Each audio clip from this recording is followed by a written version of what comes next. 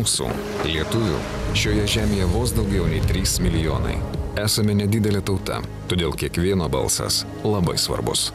2009 m. Liepos 5-ąją tūkstančiai lietuvių balsų skambėjo kaip vienas.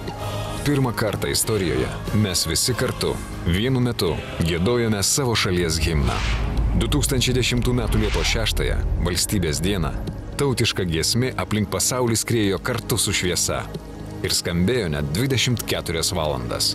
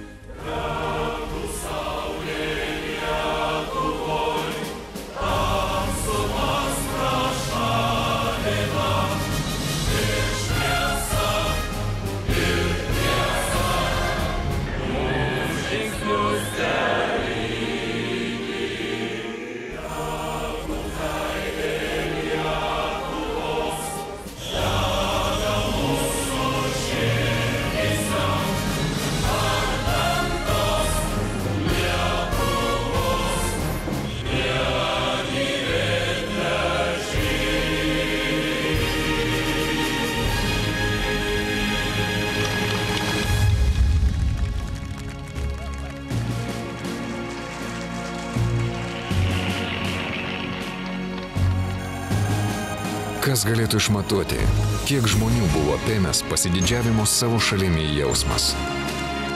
Esame vieningi ir stiprūs.